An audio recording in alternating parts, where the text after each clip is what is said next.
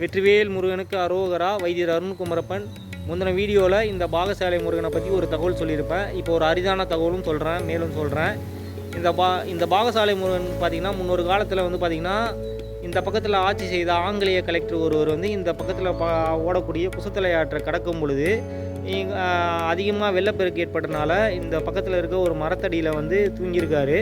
தூங்கி எழுந்தவர் பார்த்திங்கன்னா பக்கத்தில் இந்த கோயில் இருந்திருக்கு. அந்த கோயிலில் இருக்க முருகனை பார்த்துருக்காரு. அப்போ அவர் என்ன நினச்சிருக்காருன்னா, ஏதோ ருத்ராட்ச மாலையை வந்து ஏதோ ஜபமாலை வச்சுருக்க மாதிரியும் கமண்டலத்தை வந்து வேறு எதுவும் நினச்சிருக்காரு.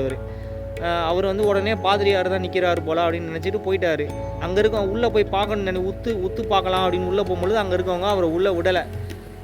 சரின்னு அவரும் போயிட்டார். அன்றைக்கி இரவே பார்த்திங்கன்னா முருகன் வந்து அவரை வந்து கனவுல தோன்றி அவரை வந்து பூசாரி போல் வந்து அவரை வந்து உள்ளே போய் முருகனை வந்து முருகன் வந்து உள்ளே போய் கூட்டு போய் அவர் காட்சி தந்திருக்காரு.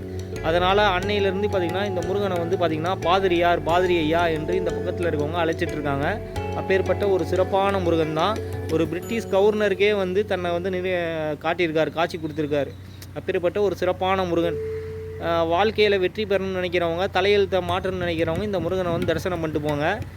எங்களோட நோக்கம் என்னென்னா, முருகப்பெருமான் எங்கெல்லாம் பிரம்மசாஸ்தா குலத்தில் இருக்காரோ அதெல்லாம் உங்களுக்கு காட்சிப்படுத்துறது தான் எங்களோட நோக்கம்.